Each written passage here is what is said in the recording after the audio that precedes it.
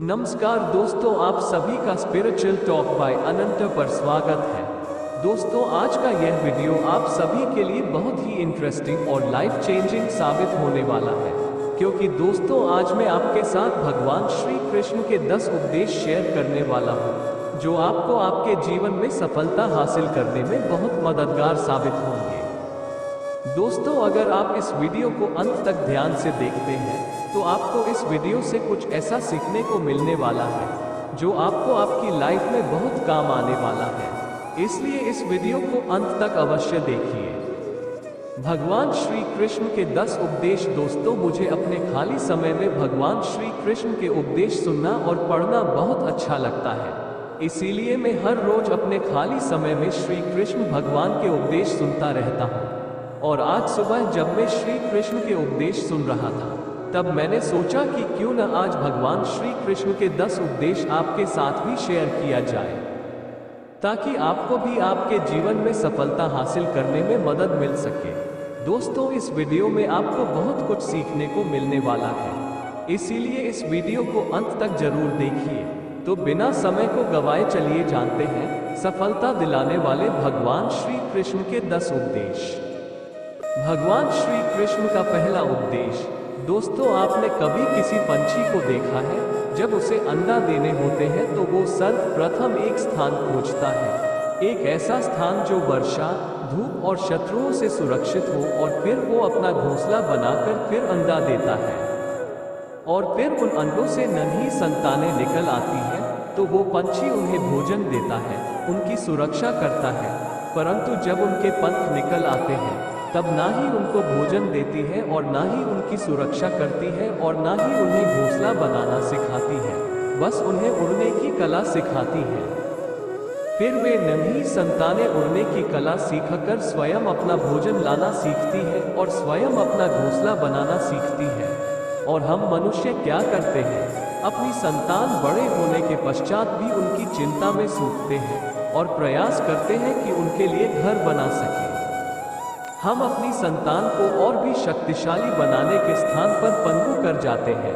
दोस्तों, हमें भी वही करना चाहिए जो एक पंछी करता है, यानी कि अपनी संतान को उड़ने की कला सिखाइए, यानी कि अच्छे संस्कार दीजिए और एक समय के पश्चात उसे स्वयं अपना आकाश चुनने के लिए मुक्त कीजिए।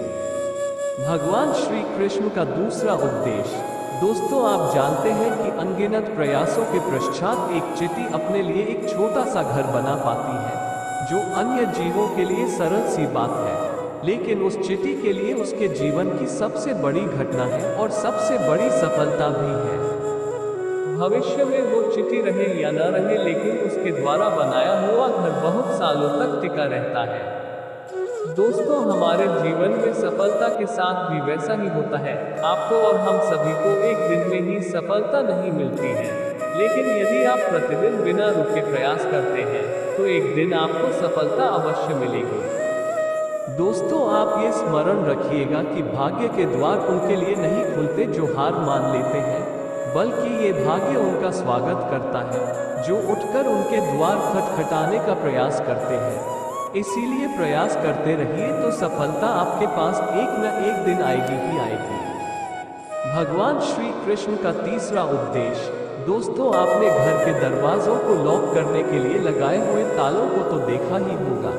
दोस्तों, वो ताला प्रहार से भी खुलता है और प्यार से भी खुलता है, अर्थात उस ताले को आप एक चाबी से भी खोल सकते हो और एक हथौड़ी से भी खोल सकते हो, लेकिन दोनों तरीकों में खुलने में अंतर होगा।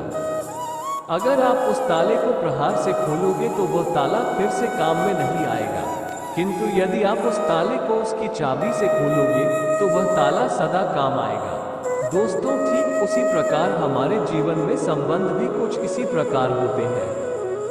हमारे जीवन के आनंद रूपी धन की रक्षा करते हैं, किंतु प्रेम से, यदि अगर क्रोध से किया जाए तो वे किसी काम के नहीं रह जाते हैं।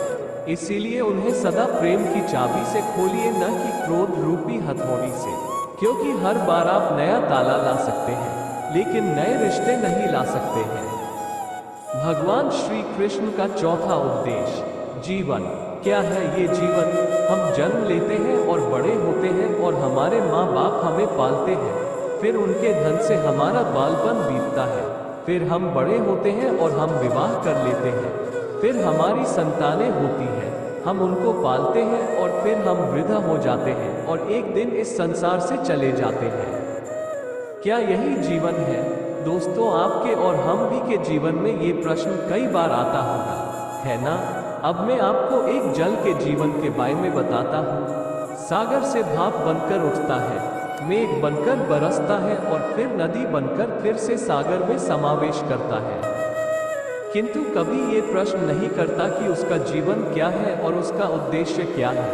कैसे, आइए जानते हैं। जल हर भाव जीता है और जितना बन सके देता जाता है। जब सागर में होता है तो असंख्य जनजीवों को जीवन देता है। जब सागर से भाप बनकर मेघ बनता है तब किसानों को आशा देता है कि फसल पुनः उपजेगी। जब वर्षा बनकर बरसता है तो इस सूखी और प्यासी धरा को सिंचता है और जब नदी में प्रवाहित होता है तो किनारों पर वनस्पतियों को जीवन देता है।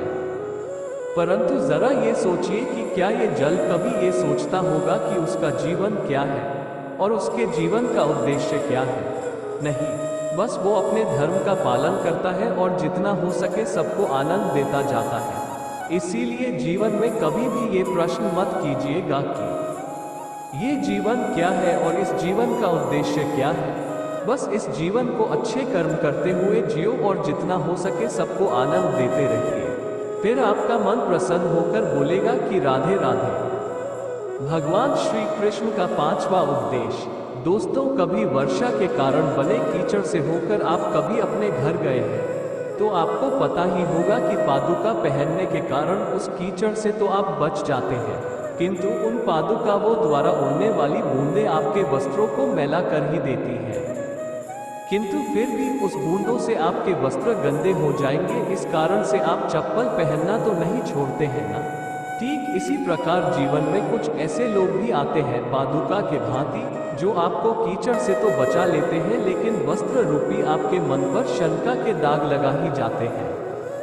इन लोगों के कारण से मन को खिन्न करने की आवश्यकता नहीं है, बल्कि आवश्यक है ये सोचना कि आपको आपके पांव कीचड़ से बचाने हैं या आपके वस्त्र, अर्थात हमें हमारे जीवन में गंभीर होना अच्छी बात है।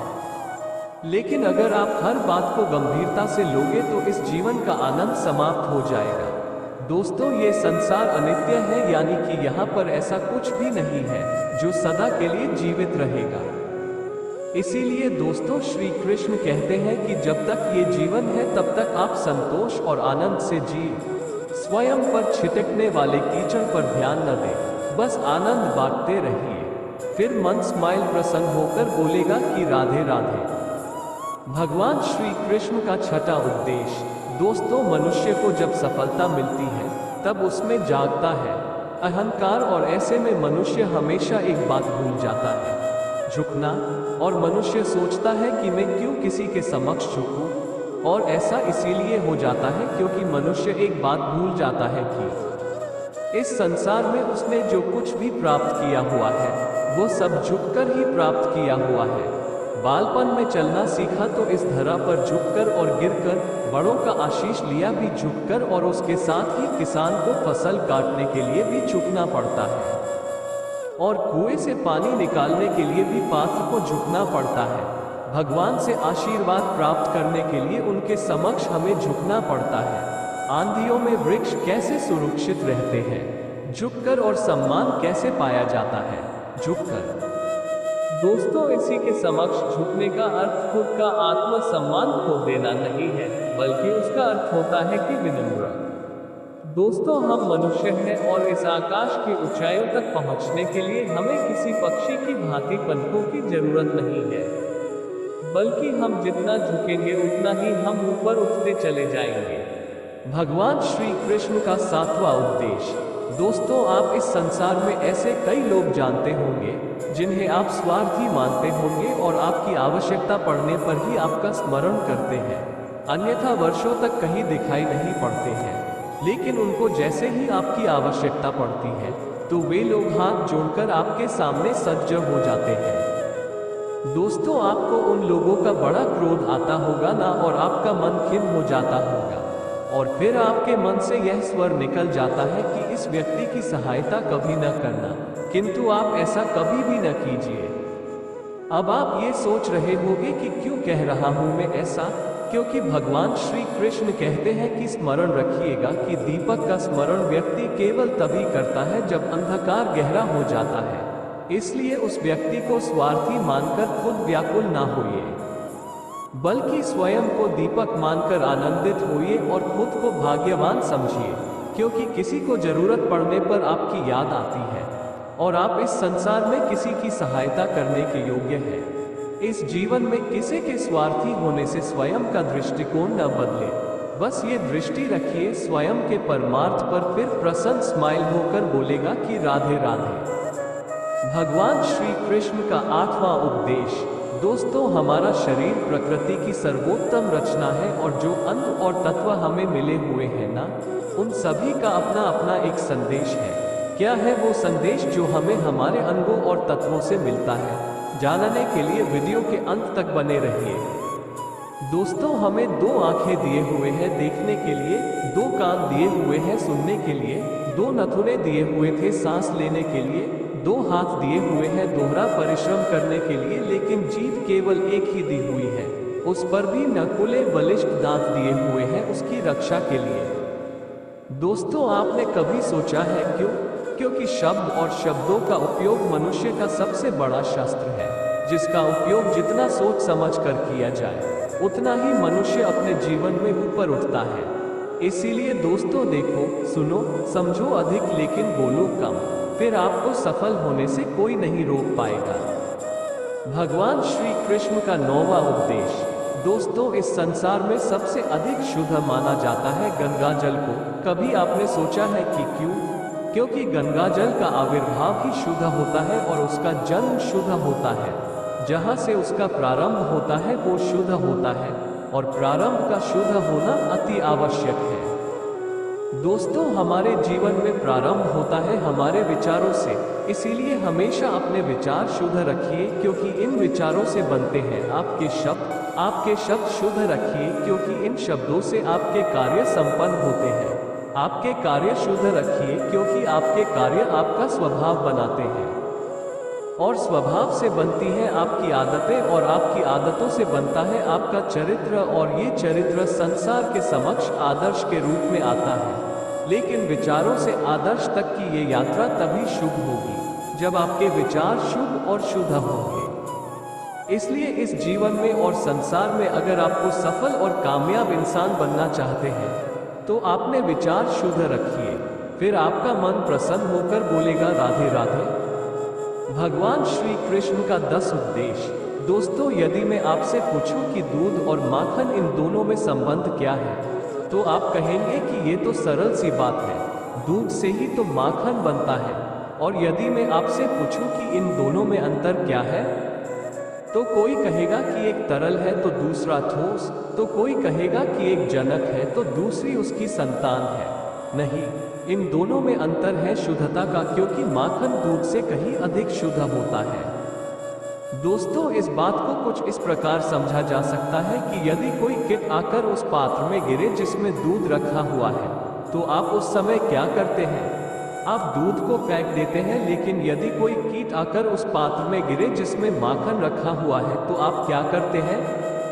तो आप उस कीट को निकालकर फेंक देते हैं, क्योंकि वो कीट मैला और दूषित है।